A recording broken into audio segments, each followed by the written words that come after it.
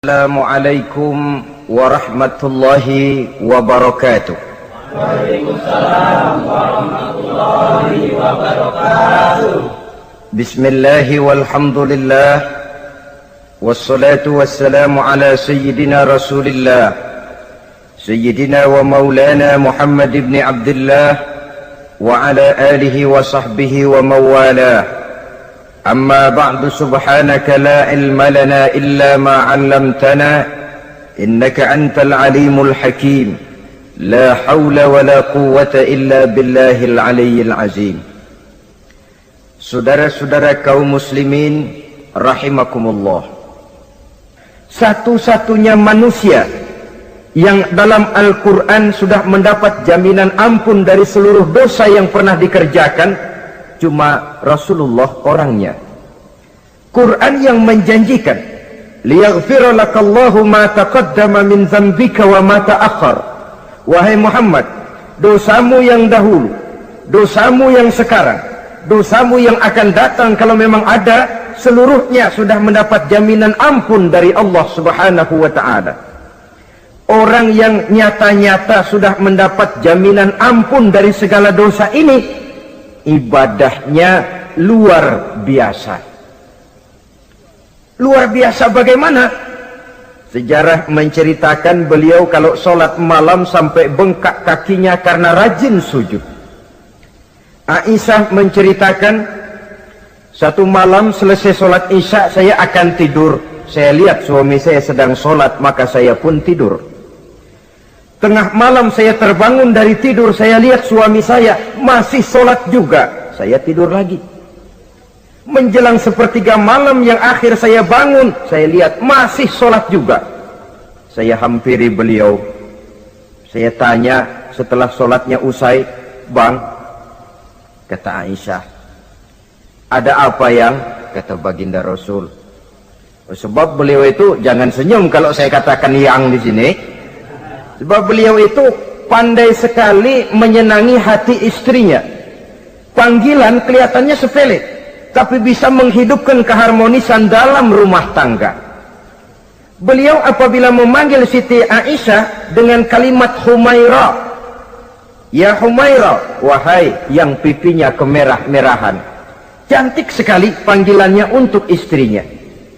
Kita kadang-kadang terlalu jujur tapi nyakitin. Mentang-mentang bini hitam, kalau manggil bini hitam, sini lo. Jujur tapi nyakiti itu. Hadirin yang saya muliakan, baginda menjawab, "Ada apa ya? Abang ini kan dosanya sudah mendapat jaminan ampun dari Allah." "Iya, lalu gimana?" "Ya kalau ibadah jangan terlalu gitu-gitu bener, kenapa sih? Orang sudah dapat jaminan ampun itu kan mestinya tenang, aman. Ini malah seolah-olah beliau orang yang paling banyak mempunyai dosa. Tidak puas melaksanakan hanya sholat yang wajib ditambah dengan yang sunnah-sunnah. Tidak usah gitu-gitu bener lah bang, sudah dapat jaminan ampun ini." Terhadap usul istrinya ini, apa jawab beliau? Sederhana, tapi melambangkan sikap jiwa yang luhur. Beliau menjawab, "Aisyah, afala uhibbu an akuna abdan syakura." Yang apa saya tidak senang kalau saya ini oleh Allah mendapat gelar abdan syakura, hamba yang pandai bersyukur, hamba yang tahu berterima kasih. Makin diampuni, makin banyak sujud saya, makin diampuni, makin banyak ibadah saya kepada Allah. Inilah prinsipnya. Saudara-saudara, oleh karena ibadahnya demikian rupa, Allah lalu dekat.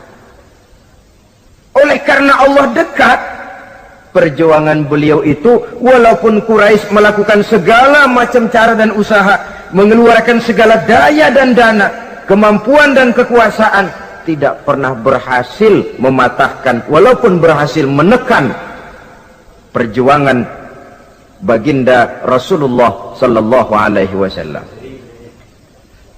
Coba kalau kita buka sejarah, beliau itu kan mulai berjuang sendiri, yang dihadapi masyarakat yang keras, kasar, brutal. 14 abad yang lalu, semenanjung Arabia terkenal sebagai masyarakat yang jahiliyah, di mana maksiat dan munkarat merajalela. Sembahan adalah berhala. Anak perempuan lahir dibunuh hidup-hidup. Itu zaman dulu, zaman sekarang pun tidak jauh bedanya. Malah kalau zaman dulu dikubur hidup-hidup, sekarang sebelum lahir sudah dibunuh. Yang namanya abortus itu. Kadang-kadang aneh, kita mengadakan operasi bersih, dilarang buang sampah sembarangan. Kalau sudah buang sampah saja tidak boleh sembarangan, tahu-tahu zaman sekarang ini bayi dibuang di tempat sampah. Bukan lagi kertas, bukan lagi kardus, bayi dibuang di comberan. Kan lebih sadis sebenarnya dari jahiliyah 14 abad yang lalu. Judi di zaman dulu 14 abad yang lalu merajalela, menyentuh segala lapisan masyarakat. Di zaman sekarang pun judi tidak kurang hebatnya, cuma tentu dengan bahasa yang lain. Apalagi di zaman sekarang orang pandai menghaluskan bahasa, mensamarkan istilah. Judi disebut sumbangan umpamanya, sehingga orang lalu tidak terasa bermain judi, terasanya ikut nyumbang. Itu sekedar istilah yang merangsang orang sebenarnya. Masyarakat yang semacam ini yang dihadapi oleh baginda Rasul. Diangkat jadi Rasul umur 40 tahun lalu mulai berjuang. Mula-mula secara sembunyi dakwahnya itu. Dari pintu ke pintu, dari rumah ke rumah, dari orang ke orang. Hasilnya 3 tahun gerilya berdakwah, dapat pengikut tidak lebih 11 orang. Sudah tidak digaji, tidak dapat beras, hidup pun miskin. 3 tahun dakwah, dapat pengikut 11 orang. Ustadz mana zaman sekarang yang masih mau ngajar? Kalau 3 tahun buka pengajian, yang ngaji cuma 11, bubar. Kiai mana yang masih mau buka pondok? Kalau 3 tahun buka pesantren, santrinya cuma 11. Pemimpin mana yang masih mau kampanye? Kalau 3 tahun kampanye dapat pemilih cuma 11, bangkrut. Tapi tidak dengan Rasul. 3 tahun berlalu, turun perintah fasda bima tu'mar. Tidak usah berdakwah secara sembunyi, Muhammad sampaikan saja Islam secara terbuka. Mulailah beliau berdakwah secara terbuka, terang-terangan. Mula-mula Quraisy dikumpulkan dekat Ka'bah. Kumpulah Abu Jahal, Abu Lahab, Abu Sufyan dan gembong-gembong Quraisy. Di sana buat pertama kali secara terbuka baginda Rasul pidato. Tuan-tuan Quraisy, apakah tuan-tuan percaya kepada saya? Percaya. Kenapa? Karena Anda Muhammad sejak kecil belum pernah bohong. Baik. Jikalau memang tuan-tuan percaya kepada saya, maka mulai hari ini saya serukan kepada tuan-tuan, ankizu anfusakum minan nar. Jaga, pelihara, lindungi dan selamatkan diri tuan dari neraka. Tinggalkan segala macam berhala, jauhi Latta, Uzza, Manat dan Hubal. Sembah Allah Tuhan yang Esa, yang lam yalid walam yulad, yang tidak beranak dan tidak diperanakan. Ini dakwah pertama yang beliau sampaikan. Selesai beliau pidato, Abu Lahab interupsi, angkat tangan. Muhammad, ada apa paman? Alihaza jama'tana, cuma untuk dengar ocehan kayak begini kami dikumpulkan di sini. Tabban laka ya Muhammad. Kalau bahasa kasarnya, mau mampus kamu Muhammad. Nabi tidak jawab, Allah yang jawab. Tabbat yada abi lahabi wa tab, ma aghna anhu maluhu wa ma kasab. Bukan Muhammad yang celaka, Abu Lahab lah yang kelak akan menemui kecelakaan. Dakwah terus berlangsung. Ketika dakwah secara terbuka sudah dimulai, hambatan dan tantangan mulai datang. Sejak dari teror mental sampai kepada teror fisik. Dan puncaknya terjadi pada saat beliau berumur 53 tahun. Di mana Quraisy mengadakan rapat di satu rumah yang disebut Darul Arqam. Kumpulah di situ dedengkot Quraisy. Siapa lagi kalau bukan Abu Jahal, Abu Lahab? Mereka rapat. rapat pleno lengkap. Setelah rapat dibuka, kata Abu Lahab kepada Abu Jahal, "Jahal, bagaimana ini Muhammad?" "Iya, bagaimana? Apalagi yang belum kita lakukan," kata Abu Jahal. "Kita fitnah sudah, kita caci maki tiap hari, kita lontari kotoran onta, sahabat-sahabatnya kita bantai, tapi mereka tetap tegar."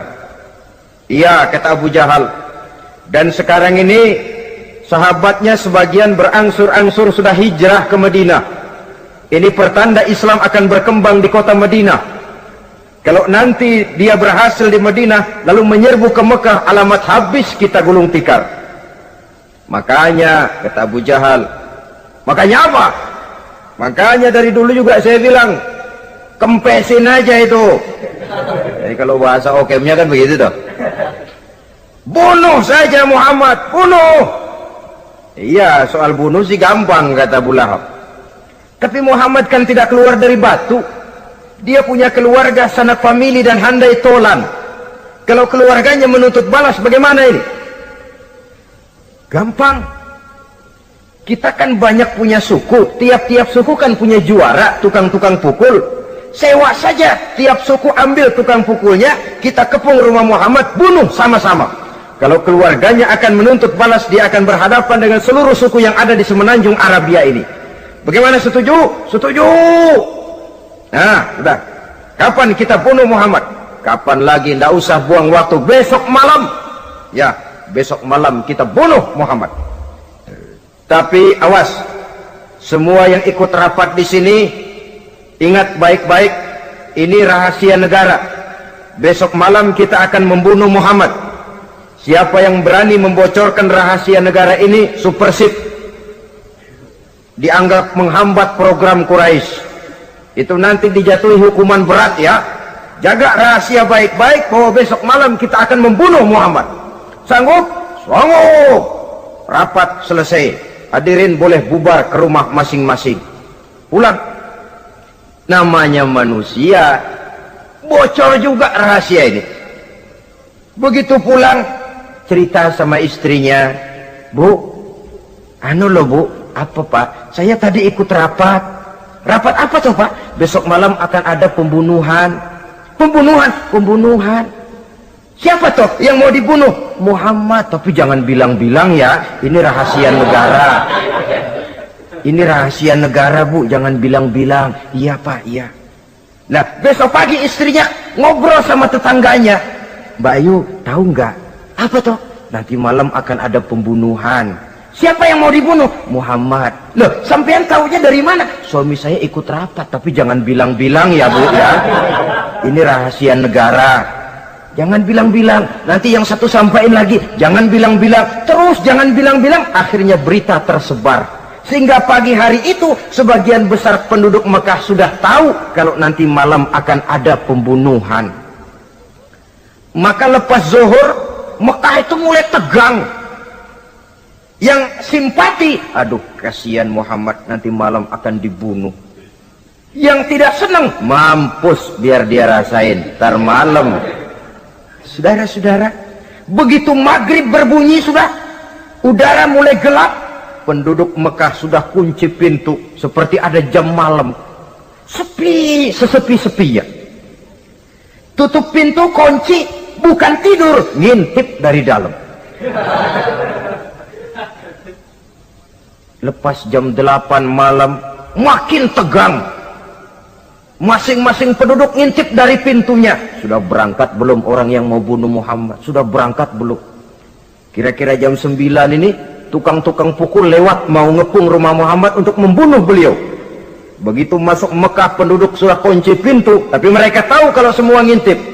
Wah, makin hebat ini yang pemuka Quraisy ini, tukang-tukang pukul ini. Jalannya dibuat gagah-gagah, barisnya dibuat hebat-hebat. Itu injekan tanahnya dalam baris dibuat kenceng-kenceng, brok, brok, brok, brok, kayak serdadu baris.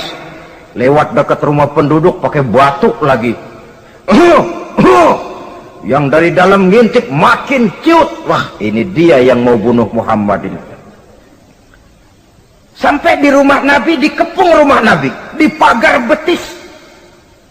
Malam itu di dalam rumah cuma Nabi, Abu Bakar dan Ali bin Abi Thalib. Nabi tahu rumahnya dikepung. Lewat tengah malam beliau berkata, Abu Bakar, saya ya Rasul, mari kita berangkat hijrah. Baik ya Rasul. Ali, saya ya Rasul, kamu gantikan saya ya. Gantikan apa ya Rasul? Gantikan tidur di tempat tidur saya. Baik ya Rasul. Masya Allah, sekali menggantikan mati. Tidur di tempat tidur Rasul pada malam rumahnya dikepung, resikonya kan mati. Menggantikan mati. Lah kalau menggantikan lurah lumayan. Menggantikan mati. Dan Ali tahu persis resikonya. Dan beliau waktu itu masih muda dan beliau tidak nawar. Baik ya Rasul, saya akan tidur di sini, berangkatlah Tuhan. Berangkat Rasul, ketika keluar dari pintu belakang rumah dikepung rapat, terjadilah keajaiban yang Allah ceritakan. Wa ja'alna min baini aydihim sadda wa min khalfihim sadda fa aghshaynahum fahum la yubsirun. Di muka, di belakang, di kiri kanan dibuatkan dinding oleh Allah, dibutakan mereka tidak lihat kalau Muhammad keluar dari rumahnya. Siaga penuh, apel, mata melotot, Nabi lewat nggak kelihatan. Sampai Nabi kemudian menuju Gua Thur, 3 malam 2 hari di sana. Dari sana perjalanan dilanjutkan ke Madinah Al-Munawwarah. Allahu Akbar. Mengarungi gurun pasir yang gersang dan tandus, yang terbentang antara Mekah dan Madinah. Meninggalkan kampung halaman tempat di mana dilahirkan dan dibesarkan. Keluarga yang berbeda akidah terpaksa berpisah.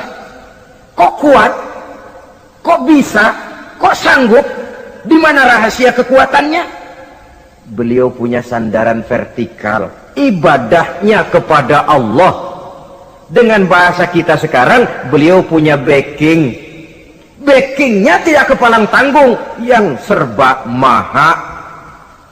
Maka saya mengajak kepada seluruh kaum muslimin, di zaman sekarang kan orang lagi main backingan, ya. Nah, siapa yang punya backing punya jalu.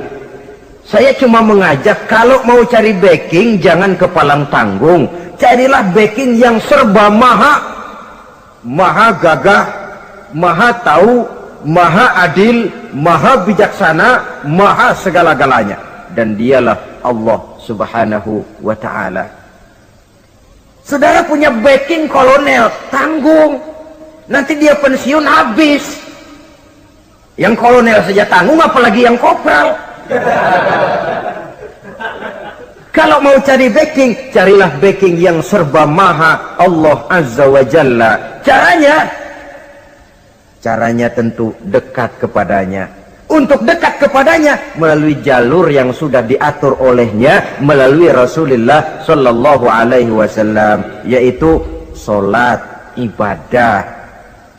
Makin tinggi nilai ibadah, makin dekat kita dengannya. Makin dekat dengannya, makin banyak fasilitas yang akan diberikan untuk kita.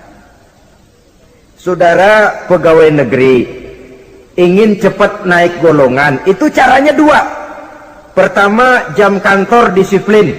Jam 7 masuk, jam 3 pulang. Kalau belum jam pulang, jangan pulang. Yang kedua, tambahan di luar jam kantor, sering-sering datang ke rumah kepala bagian. Apa malam minggu, apa hari minggu, apa bawa jeruk, apa pisang Ambon, kan begitu toh. Ini nanti kan kepala bagian kan nilai, karyawan saya yang satu ini jam kantornya disiplin, tambahan dia sering datang hari minggu di luar jam kantor bawa jeruk lagi. Ini mestinya belum naik lah, gua naikin dulu ke atas. Naik, saudara-saudara. Yang saya maksud apa? Itu zuhur, asar, maghrib, isya, subuh, jam kerja resmi itu, jam kantor. Lah, ada kunjungan di luar jam kantor, yang namanya tahajud, yang namanya hajat, yang namanya duha. Nanti kan Allah lihat, ini hambaku yang satu ini jam kantornya betul, zuhur, asar, maghrib, isya, subuhnya tepat. Tambahan di luar jam kantor, dia sering menghadap kepadaku. Nah, hambaku ini aku angkat kau maqamam mahmuda, ke satu tempat yang terpuji. Kalau Allah yang ngangkat, satu negara orang mau rendahkan kita, kita akan tetap tinggi. Kalau Allah mau rendahkan, satu negara mau angkat kita, kalau memang dasar mesti nyungsap ke bawah. Inilah perlunya sandaran vertikal. Inilah perlunya kita mempunyai backing hanya kepada Allah. Pada waktunya orang akan sampai ke titik jenuh. Dalam kesunyian orang sering mempertanyakan eksistensi diri, mulai mempertanyakan hakikat keberadaannya di tengah kesibukan bisnisnya, di tengah kesibukan kerja dari rapat ke rapat, dari kantor ke kantor, dari tender ke tender. Orang akan sampai kepada titik jenuh. Dikala itu dia memerlukan ketenangan, dikala itu dia memerlukan kedamaian, dikala itu dia mencari eksistensi diri. Sebenarnya hidup ini mau apa sih? Cuma sekedar menjalani hal-hal yang rutin saja? Pergi pagi, pulang sore, peras keringat, banting tulang? Atau ada tujuan yang lebih luhur daripada sekedar ini? Dikala itulah dia mulai mencari jalur untuk mendekatkan diri kepada Sang Pencipta. Dan tidak bisa ingin dekat dengan Allah, saudara, pakai aturan sendiri. Ingin dekat dengan gubernur harus ikut aturan yang ditetapkan oleh protokolnya gubernur. Ingin dekat dengan presiden, ya ikut jalur yang sudah disusun oleh protokolnya presiden. Ingin dekat dengan Allah, ya ikut jalur yang sudah diatur oleh Allah melalui Rasulnya. Apa itu? Ya diantaranya sholat, puasa, dan ketentuan-ketentuan ibadah yang lain. Tidak bisa dengan prinsip, yang penting kan hati baik, berjiwa bersih, akhlak luhur, tidak usah sholat kalau hati baik sudah dekat dengan Allah. Oh, alangkah enaknya kalau begitu. Kalau dengan itu bisa dekat dengan Allah, rasanya Nabi Muhammad yang paling dulu berhenti sembahyang. Kenapa? Beliau orang yang hatinya paling baik. Beliau orang yang budinya paling luhur. Kalau budi luhur dan hati baik sudah menjamin untuk dekat dengan Allah, Nabi dulu berhenti sholat. Nyatanya tidak. Beliau orang yang berbudi luhur, berakhlak baik, entoh ibadahnya demikian rupa. Dan beliau adalah standar untuk kita jadikan contoh dalam mengamalkan ajaran-ajaran agama di kehidupan kita ini. Saudara, itu tadi sepertiga waktu beliau untuk ibadah, untuk Allah. Sepertiga yang kedua dari waktu beliau adalah untuk tugas. Dalam hal ini, sebagai seorang Rasul, menyampaikan risalah Islam berhadapan dengan umat. Yang jadi soal ialah, apa modal utama beliau di dalam melaksanakan tugas? Dan ini nanti sebagai cerminan buat kita. Modal utamanya pertama adalah keteladanan, dan yang kedua adalah akhlak. Sekarang ini kita hampir nyaris mengalami berbagai macam krisis. Yang paling santer kita dengar adalah krisis wibawa. Ada pak guru dicegat muridnya di jalanan, dipukulin karena nggak naik kelas katanya. Nampaknya guru nggak lagi berwibawa. Di satu pihak mungkin karena si guru tidak bisa digugu dan ditiru. Di lain pihak juga murid tidak lagi mengenal arti rasa hormat kepada pak guru. Nah, kenapa krisis wibawa timbul? Karena tidak ada keteladanan. Adapun Rasul, wibawa beliau timbul di tengah umat karena keteladanan ini. Apapun yang beliau ajarkan kepada umat, beliau adalah pelaksana pertama. Dengan kata lain, satunya kata dan perbuatan. Ini yang sangat diperlukan di zaman kita sekarang. Bukan cuma sekedar simposium, muktamar, kongres, rapat besar dengan keputusan bertumpuk-tumpuk kertas di atas meja, tetapi tidak pernah terrealisir dalam kehidupan. Yang kita perlukan adalah satunya kata dan perbuatan, bahwa kalau itu yang diucapkan, itu yang diterapkan. Kalau itu yang diteorikan, itu yang dikerjakan. Keteladanan. Yang kedua, rahasia sukses beliau dalam melaksanakan tugas berhadapan dengan umat, akhlak. Beliau tidak menyampaikan Islam ini dengan kekerasan, tidak juga dengan bujuk rayu harta, tidak pula dengan menakut-nakuti orang. Belum pernah kita baca dalam sejarah beliau teriak-teriak, awas yang tidak masuk Islam dipecat jadi orang Arab. Tidak. Atau dengan bujuk rayu, ayo siapa masuk Islam super mie 2 bungkus? Tidak. Sebab kebenaran tidak bisa dipupuk dengan materi. Kebenaran adalah soal keyakinan, dan keyakinan adalah soal batin.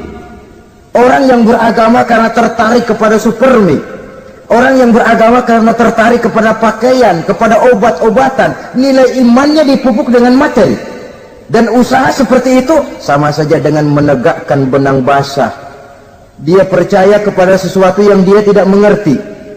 Dia yakin kepada sesuatu yang dia tidak tahu apa bentuk yang dia yakini itu.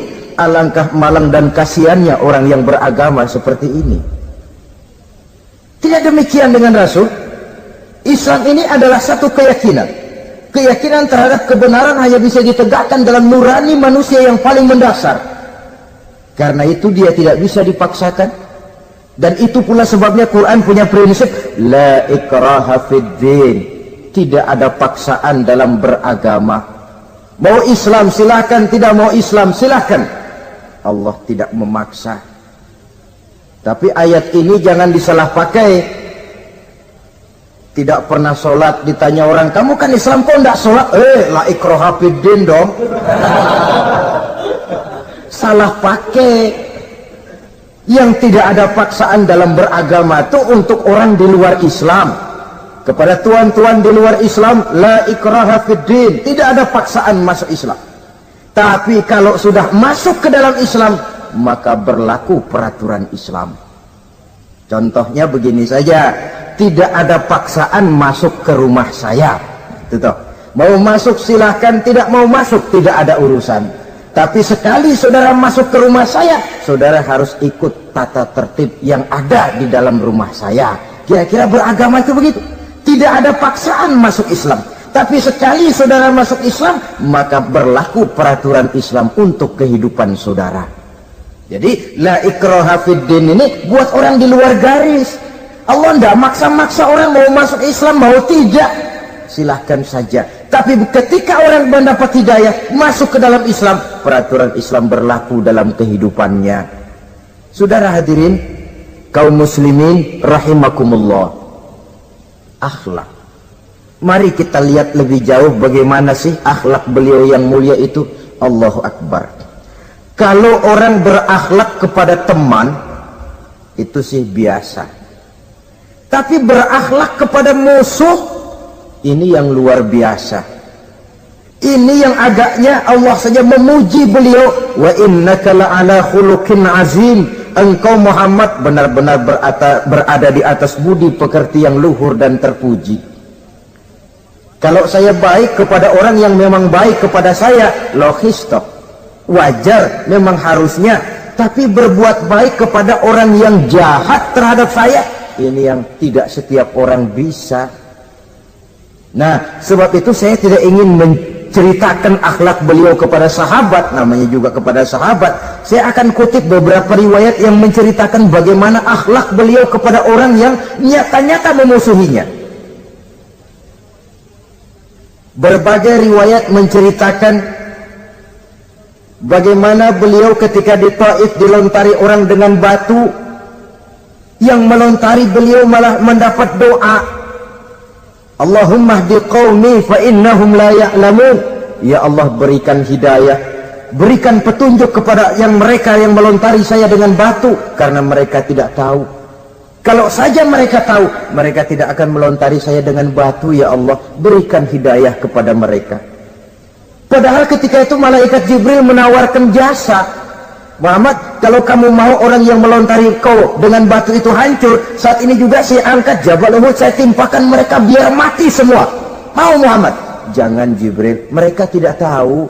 Kalau saja mereka tahu, mereka tidak akan melontari saya dengan batu. Lebih baik doakan mereka supaya mendapat hidayah dari Allah. Dalam kondisi kepepet, dilontari dengan batu, malaikat Jibril datang menawarkan jasa. Beliau lebih memilih mendoakan orang yang berbuat jahat itu. Ya Allah, bukan main.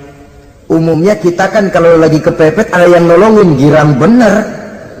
Andai kata kita yang jadi nabi disambitin orang, datang malaikat Jibril nawarin, bagaimana sikat? Habisin aja dah.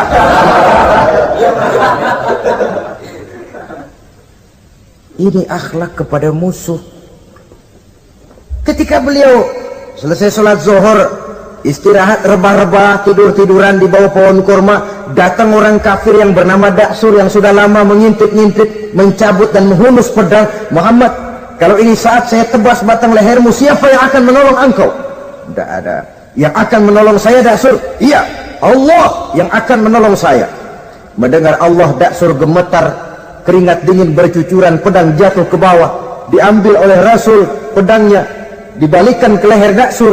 Kalau sekarang saya yang tebas batang lehermu Daksur, siapa yang akan menolong kamu? Tidak ada ya Rasul, kecuali kalau kau mau memaafkan saya.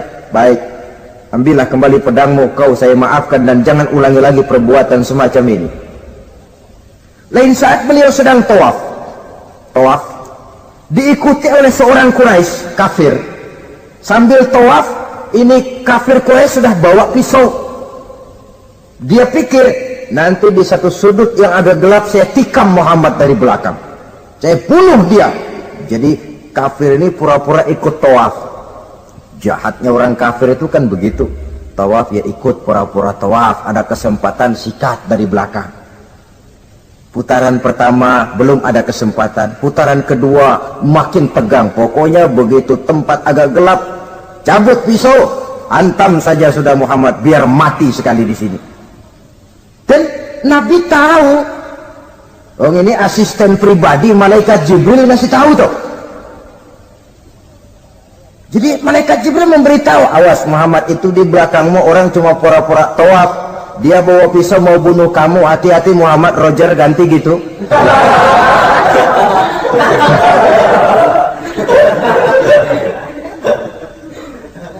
Tahu persis beliau.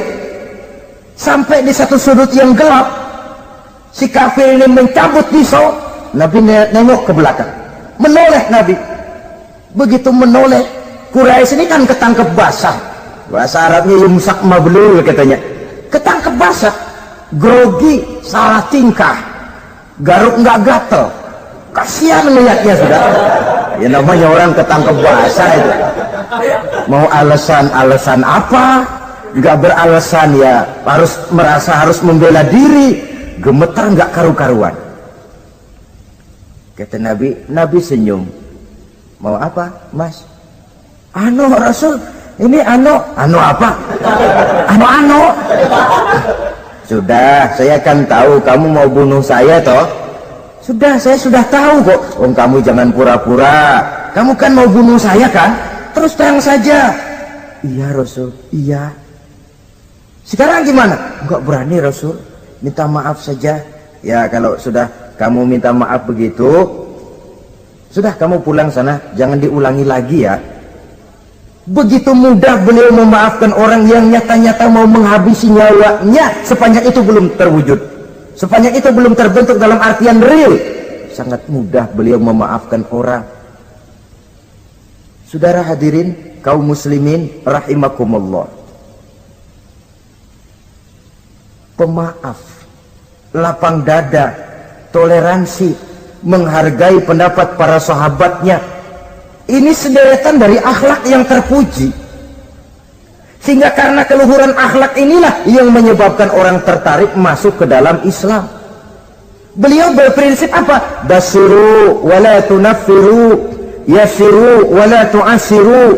Gembirakan orang, jangan ditakut-takuti. Mudahkan persoalan orang, jangan dibikin sulit. Ini kan satu prinsip yang sangat baik dalam melaksanakan dakwah, dalam menyampaikan misi. Apapun tugas kita di masyarakat, sebagai pegawai pemerintahan, pejabat negara, pedagang, pengusaha, seniman, ustadz, mubalik, kiai, ulama, dalam berbagai profesi, modal utama untuk sukses adalah akhlak. Sebab hati kita yang tahu cuma Allah. Orang lihat penampilan kita, orang lihat muka kita. Sebab itu Nabi katakan, innakum la tas'una nasa bi amwalikum walakin yas'uhum minhum bastul wajhi wa husnul khuluqi. Kamu tidak akan bisa menarik simpati orang banyak dengan hartamu, tapi bisa kau tarik simpati orang banyak dengan akhlak yang baik dan muka yang senyum, muka yang enak dilihat. Orang kadang sering bilang, dia mah biar mukanya begitu hatinya baik. Iya, soal hati kita nggak tahu. Yang kita lihat pertama muka. Bagaimana gue mau ikut dia, mukanya kayak batu kuburan. Kesan serem pertama itu kan sudah ada. Walaupun kadang-kadang hati memang baik, tapi hati itu kan urusan Allah. Yang kita lihat pertama muka. Ini barangkali nanti termasuk teori dalam psychology of salesman ya, bahwa sesuatu yang baik kalau dihidangkan dengan cara yang tidak baik, orang tidak akan tertarik. Lihat saja, orang sekarang ini kan entah makin lajunya dunia bisnis kita, masuk ke rumah-rumah kita cuma menawarkan air jahe, menawarkan sasa, menawarkan kecap bango, menawarkan barang-barang yang kelihatannya remeh. Ini kan termasuk psychology of salesman. Yang datang ya biasanya perempuan, wajahnya ya lumayan, paling kurang sedikit di atas 6 lah begitu. Lalu tutur katanya sopan, masuk ke rumah tidak sungkan, ada rasa familiar, rasa kekeluargaan, lalu datang. Taktik untuk menawarkan barang yang jadi merek dagangannya. Nah, Islam ini agama yang baik. Kalau disampaikan dengan cara yang tidak baik, sadis, memponis, orang akan lari dan jauh. Menyinggung, bukan menyentuh. Siapapun kalau tersinggung lari, tapi kalau tersentuh dia akan mendekat. Apaan lo Islam bayang begitu? Mikirnya anak, gue sembayang diomelin, mendingan kagak sembayang sekalian ketahuan. Saudara hadirin yang saya muliakan, ini yang diberikan contoh oleh baginda Nabi. Apapun tugas kita, pedagang utamakan akhlak, petani utamakan akhlak, seniman utamakan akhlak, mubaligh utamakan akhlak, pejabat negara utamakan akhlak, pelayan dan pengabdi masyarakat utamakan akhlak. Saudara hadirin yang saya hormati, kaum muslimin yang berbahagia. Jadi untuk sukses di masyarakat, untuk sukses di tempat tugas, modal utama adalah akhlak. Dan ini yang dicantikan contoh dari Nabi kita Muhammad sallallahu alaihi wasallam. Sepertiga waktunya untuk tugas. Dalam menjalankan dan melaksanakan tugas sebagai seorang rasul, menyampaikan risalah Islam, berhadapan dengan umat, modal utamanya adalah akhlak. Demikian juga kita di masyarakat. Dan akhlak itu memang harus dibiasakan sejak kita kecil, sehingga dengan demikian nilai-nilai yang baik akan terus terbawa sampai di hari tua kita. Saudara-saudara, rasanya kehancuran satu bangsa dimanapun di dunia ini selalu dimulai dengan kehancuran akhlak daripada bangsa itu sendiri. Dan kehancuran akhlak itu bisa saja terjadi di tengah kemakmuran ekonomi, di tengah maju dan canggihnya teknologi. Kapan? Apabila pegangan orang kepada agama sudah lemah dan rapuh.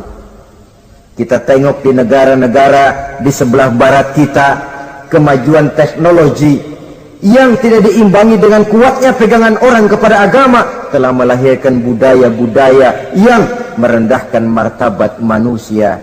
Lahirlah kebudayaan hippies, lahirlah kebudayaan nudis, hidup serba bosan dengan ini dan itu karena segalanya sudah dimiliki, rumah mentereng, jumlah kendaraan sejumlah keluarga, kapal pesiar di laut mewah, pesawat udara punya, setelah ini punya, ini ada, semua ada, titik jenuh sampai. Mau apa semua ini? Akhirnya ingin hidup apa adanya, tidur di goa-goa, tidur di kaki-kaki gunung, tidur di hutan belantara, pakaian kumel. Itu hipis-hipis yang datang kemari, yang pakaiannya kumuh, tambelan, lepis belel, padahal di kantongnya cek, travel cek, dolar. Lain hipis kita, emang benar-benar gembel.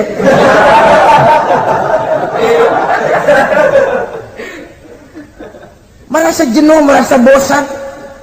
Bahkan sebuah berita dari Jerman, orang terlalu kaya, pulau dibeli.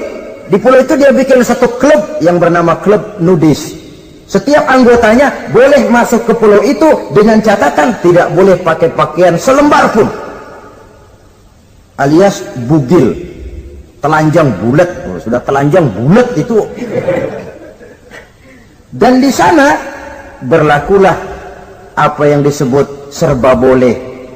Jadi kalau di sana kesana saudara bawa istri masuk anggota, ya silahkan saja, istilah tukar pakai, simpan pinjam bisa-bisa saja, asal suka sama suka.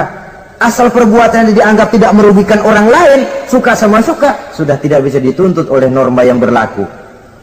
Ya. Itulah sebabnya kita sering prihatin bahwa kemajuan sering membawa pergeseran nilai. Apabila kita tidak bisa menghindarkan diri dari proses pergeseran nilai, setidaknya kan kita bisa menjaga diri jangan sampai hanyut oleh nilai-nilai yang negatif.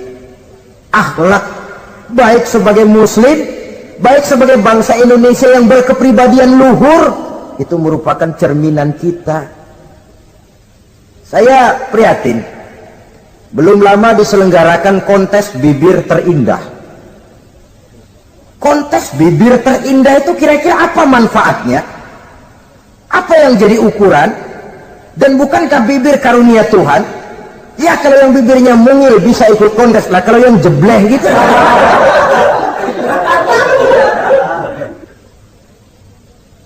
Kontes bibir terindah masih hangat dibicarakan orang. Sudah muncul lagi kontes betis terindah. Nah kalau sudah bicara soal betis ini, kan yang terbayang oleh kita kira-kira ukurannya apa? Yang diukur itu apanya ya? Ya tentu betisnya itu. Nah paling celaka kalau betis-betis yang ikut itu nanti jadi milik panitia semua kan? Yang tidak usah kita mengukur dengan kacamata agama, dengan budaya kita sebagai bangsa Indonesia yang berfalsafahkan Pancasila, rasanya mendengarnya saja kok sudah tidak sah gitu loh. Tidak pas untuk ukuran kita sebagai bangsa yang berfalsafahkan Pancasila. Saudara-saudara kaum muslimin rahimakumullah, ini yang saya maksud tadi, proses pergeseran nilai. Andai kata kita tidak bisa menghindarkan diri dari hal yang semacam itu, setidaknya kita bisa menjaga diri jangan sampai hanyut ditelan proses pergeseran nilai. Dan memelihara nilai-nilai akhlak ini dari hari ke hari memang tidak semakin ringan, bahkan akan semakin berat, karena tantangan yang kita hadapi juga akan semakin berat. Inilah sepertiga yang kedua dari waktu beliau untuk melaksanakan tugas. Jadi modal utama dalam melaksanakan tugas akhlak. Di antara nilai akhlak itu prinsip Nabi tadi, gembirakan orang, jangan ditakut-takuti, mudahkan urusan orang, jangan dibikin sulit. Sehingga kalau yang memang mudah lalu dipersulit, itu sudah mencerminkan akhlak yang tidak diajarkan oleh Rasulullah sallallahu alaihi wasallam. Kemudian yang terakhir, sepertiga yang ketiga dari waktu beliau adalah untuk keluarga. Jadi tadi ada waktu untuk Allah, ibadah, ada waktu untuk tugas, dan yang ketiga ada waktu untuk keluarga. Bagaimana Rasul di tengah keluarganya? Anas bin Malik bercerita, saya 11 tahun membantu di rumah tangga Rasul. 11 tahun itu kan artinya 11 kali 360 hari kali 24 jam. Bukan waktu yang sebentar itu. Selama 11 tahun saya membantu di rumah tangga Rasul, kata Anas, belum pernah saya dengar kata-kata kasar, keras, membentak. 11 tahun saya membantu di rumah tangga beliau, belum pernah saya lihat ada piring terbang, ada bakyak melayang. Artinya apa? Cerminan dari ketentraman, keayeman, kedamaian rumah tangga beliau. Padahal rumah tangganya kecil, istrinya lebih dari satu, tapi aman, tentram, rukun. Kita kadang-kadang istri satu seminggu 7 hari, perang 6 hari. Cuma 1 hari gencatan senjata. Sudah hadirin, saudara kaum muslimin rahimakumullah, kalau beliau tidak menyenangi satu masakan, misalnya masakan istrinya, Tidak mencah-mencah, cuma kelihatan dari makannya barangkali tidak begitu banyak. Tapi tidak pernah mencela apapun yang dimasak istrinya. Senang ya dimakan, tidak senang ya dimakan karena menghargai lelah jerih payahnya istri. Ini kelihatannya sepele, tapi dari sini keharmonisan rumah tangga itu bisa saja timbul. Bukankah seseorang hanya bisa sukses di tempat tugas? Jadi apapun dia, kalau berangkat dari ketentraman dan ketenangan di rumah tangga. Dan tidak ada orang bisa meraih sukses kalau dia berangkat dari rumah tangga yang berantakan. Itulah sebabnya ini sangat diperhatikan oleh baginda Rasul. Dari rumah yang kecil, dari tempat tidur yang sederhana, yang sebelah itu kain kasar, sebelah dipakai untuk tidur, sebelah dipakai untuk selimut. Jadi kasur merangkap selimut. Allahu Akbar. Tapi dari rumah tangga yang semacam itu keluar ucapan baiti jannati, rumah tanggaku laksana surga bagiku. Di mana sih rahasianya? Karena rumah tangga beliau didirikan di atas ajaran agama. Agama membuat suami istri tahu hak dan tahu kewajiban. Kalau kewajiban dilaksanakan, hak diberikan, akan timbul saling pengertian. Apabila ada pengertian, akan timbul ketenangan, dan ketenangan adalah tangga utama untuk mencapai rumah tangga bahagia. Apalah artinya?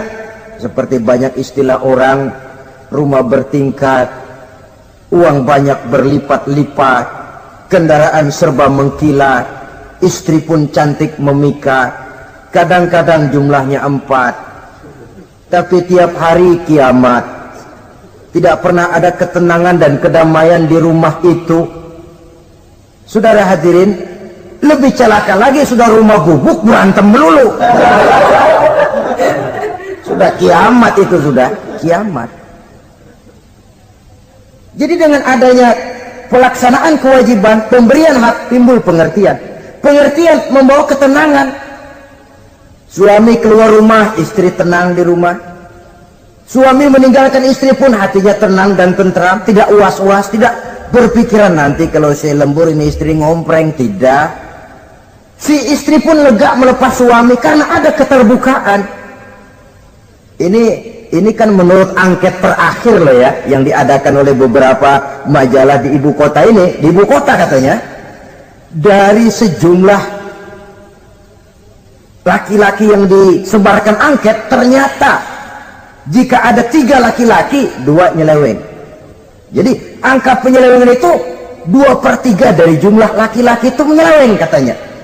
Ya mudah-mudahan yang kumpul di sini termasuk 1/3 yang nggak nyeleweng itulah.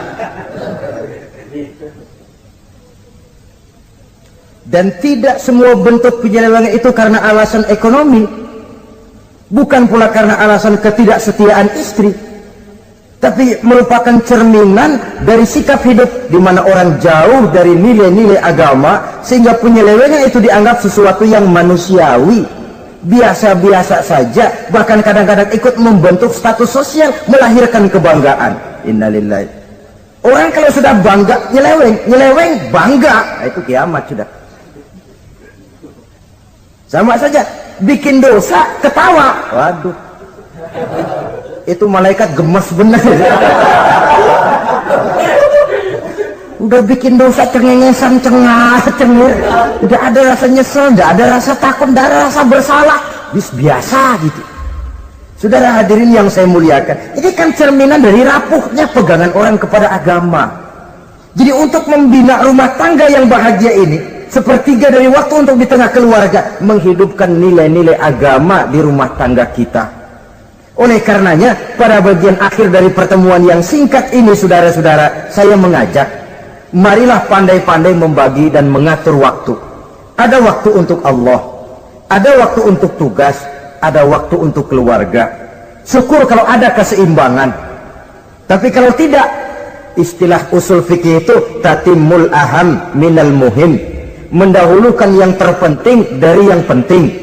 Kalau ada 3 persoalan semuanya penting, tentu di antara 3 ini kan ada yang lebih penting, dan itulah yang dikerjakan lebih dulu. Dan ini tidak berarti bahwa penjatahan waktunya harus sama. Untuk ibadah dalam sehari semalam sekian jam, untuk tugas sekian jam, untuk keluarga sekian jam. Tidak bisa kita targetkan begitu. Dan yang dimaksud di sini pun adanya pengaturan. Pengaturan tidak berarti bahwa harus sama waktunya, tidak. Kita melihat kepentingannya. Saudara hadirin, sama saja di zaman sekarang, kalau dengan pembangunan kita ingin menciptakan pemerataan di kalangan rakyat, itu tidak berarti bahwa rakyat Indonesia ini standar ekonomi harus sama semua, seperti yang dicita-citakan komunis. Tidak bisa. Menciptakan pemerataan artinya, kalau yang kaya bisa semakin kaya, kenapa yang miskin tidak bisa naik jadi sedikit kaya? Dan artinya menciptakan kesempatan kepada setiap penduduk Indonesia untuk merubah tahap dan taraf kehidupannya. Demikian juga adanya pengaturan waktu. Bukan berarti untuk Allah sekian jam, keluarga sekian jam, tugas sekian jam. Sebab jam-jam ini sulit kita jatahkan. Kadang-kadang tugas, kadang-kadang keluarga, kadang-kadang ibadah kita sedang gandrung. Yang penting ada keseimbangan dalam cara kita mengatur waktu itu. Nah, saudara-saudara, demikianlah pertemuan dan pembicaraan kita kali ini.